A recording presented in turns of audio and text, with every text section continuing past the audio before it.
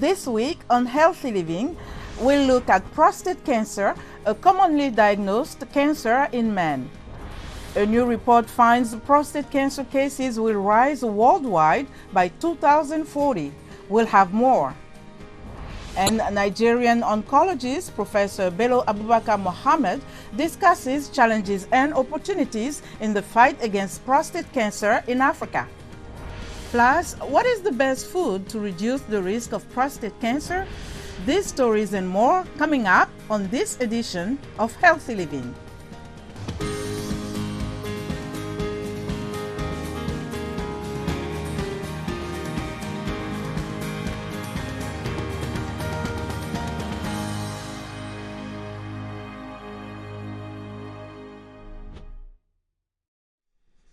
Hello, I'm Linoch Moudou. Welcome to Healthy Living.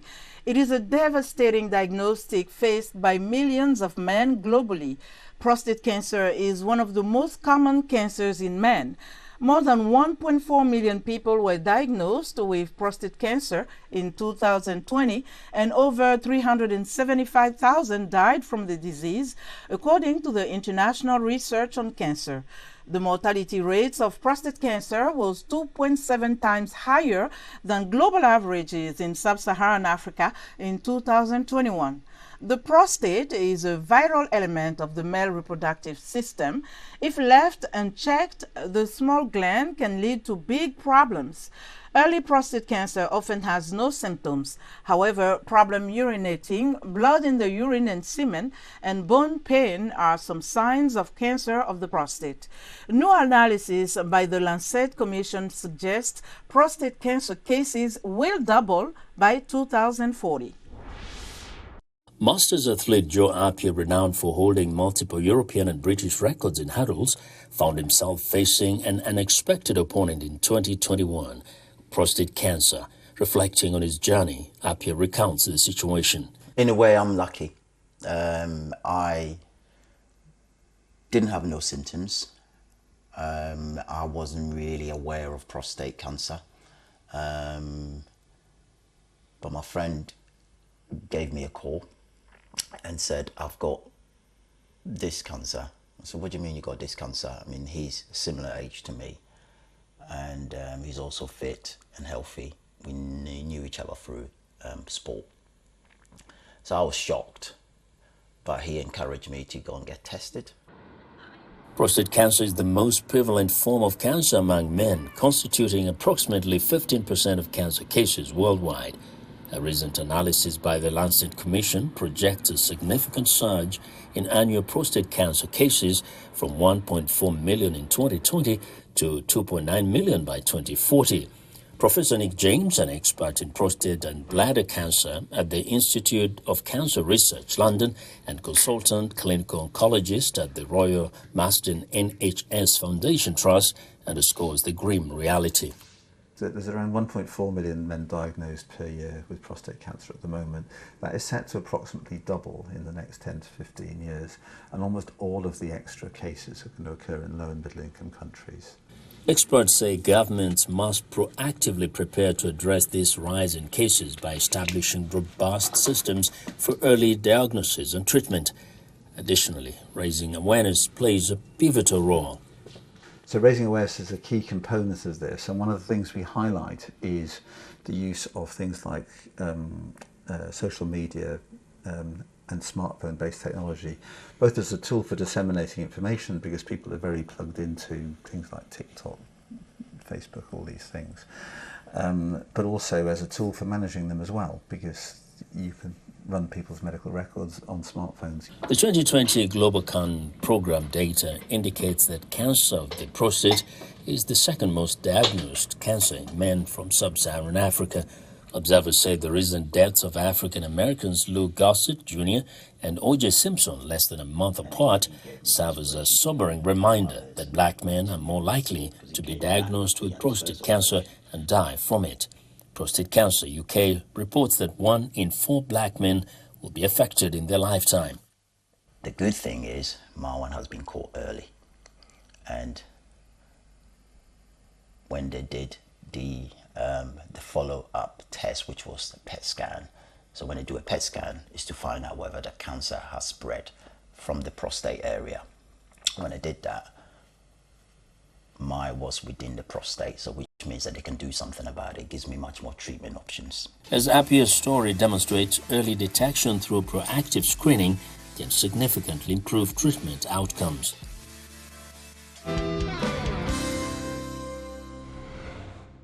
Professor Bello Abubakar Mohammed is Chief Consultant for Clinical and Radiation Oncologist at the National Hospital in Abuja and the Chair of the National Comprehensive Cancer Network Harmonized Guidelines for Sub-Saharan Africa in prostate cancer.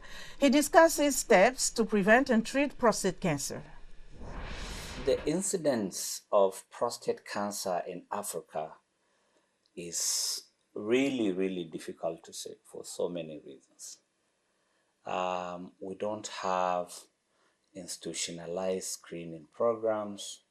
We don't have cancer registries across African countries.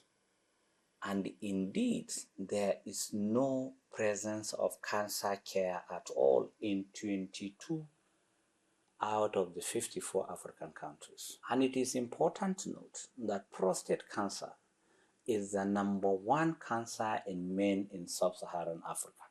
So that is the incident that we really need to know, not the figures. And it is expected that this incidence will continue to rise, that by 2030, the incidence would have risen to such a magnitude that it will take an epidemic proportion, except something fundamental has happened. Some of the symptoms are usually around the urinary tract, because the real culprit that causes it is the effect of a hormone called testosterone.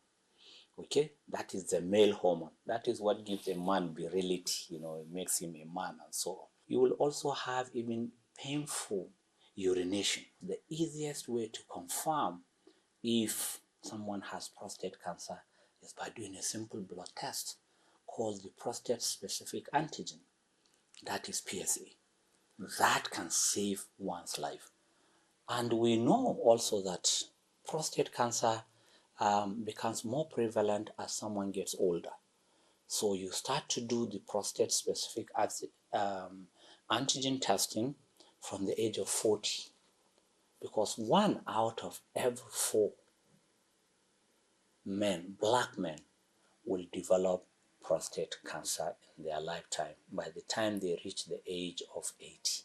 I think we have a lot of work to do in creating awareness that people need to go to hospital for prevention, screening, and we must also insist that government must institutionalize screening programs. Prostate cancer is an indolent cancer. It is slow growing. So if you detect it early, you can live with it 40 years, 50 years without having any problem. But most of our patients, 86% of our patients are presenting very late when they already have metastasis, when it has spread. And even as that, it is possible to cure prostate cancer. How aware are you about early signs and steps to prevent prostate cancer? And what do you do to maintain good prostate and overall health? Here are some reactions from Mombasa, Kenya.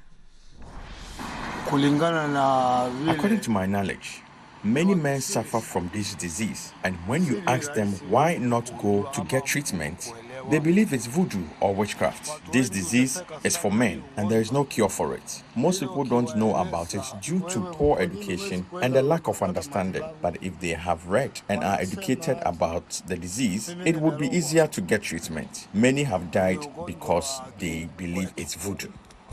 This is the first time I'm hearing about this disease. I've never seen anyone with this disease, nor have I witnessed something like this. I hear men who have prostate cancer fail to urinate. Now, in my own study, yes, I know that prostate cancer poses such a problem, and its symptoms are present as such. I personally have never done a diagnosis on prostate cancer, but I have heard it has bothered many people. For example, the late Mandela got this disease. The current US Secretary of Defense has it. So it's a disease that affects men. I didn't go to get tested because I never suspected myself of having the disease. Because in my daily movements, I've never felt pain or anything that would make me feel like I might have this kind of illness. But the other reason is, when I'm on the street talking to my friends about the procedure used to test the prostate, I'm afraid because I hear it's not very exciting. The disease makes a man swell in the genitals just as women swell in the breasts and legs. Sometimes I hear the disease is caused by mosquitoes. Mohamed Micah Deed-Swaray received a stage 4 prostate cancer diagnosis in 2022. Since then, he has undergone continuous treatment. He credits early testing for saving his life and passionately advocates for others to prioritize regular screenings. I've been on checking myself at Princess Royal University Hospital. So when they did all the testing, in the period of midnight, around 11 o'clock, the oncologist doctors, they came to me and they said to me it might be prostate cancer. It was difficult for me to swallow it. I can say to all the black community out there, just to say early testing saved my life up till now. Because from where I'm coming from, where I was born in Sierra Leone, where there is no better treatment for testing, a lot of our brothers and sisters are dying because of prostate cancer. But early testing saves lives. When I'm unable to go to the gym or exercise, when the body is tired, I don't force issue. I don't do too much. I just relax.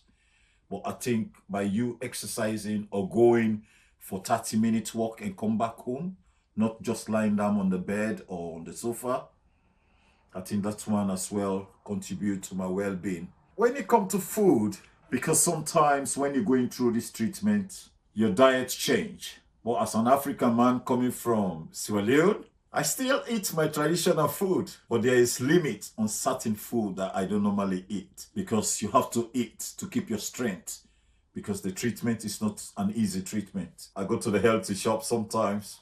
Most of my money I spend it on the healthy shop and my exercise routine that keeping me fit. Because for example, last year during my chemo treatment, I was doing challenges, which is like 100 push-up challenge for the whole of my chemo treatment to raise money for prostate cancer research. But I just think that the early testing and the early screening saves life. Maintaining a healthy prostate is critical for a man's overall well-being. The Alliance Urology Specialists says incorporating prostate-friendly foods can provide an additional boost to support prostate health. The experts say prostate-friendly foods include tomatoes, which contain lycopene, shown to help reduce the risk of prostate cancer and slow the growth of prostate tumors. Fatty fish such as salmon, mackerel, and sardines are excellent sources of omega-3 fatty acids, which have anti-inflammatory properties. Garlic contains sulfur compounds thought to help protect against prostate cancer and may help decrease your blood pressure and prevent blood clots. Beans, lentils, and peas are an excellent source of fiber, protein, and other various nutrients. Not only are legumes great for your overall health, but they also may help suppress tumor growth. That's our show for today. For more health news, wellness tips, and medical breakthroughs, stay connected to Voice of America at voaafrica.com. You can follow me on X at @LenorMoudou. Until next time, stay well and strive to make every day a healthy day.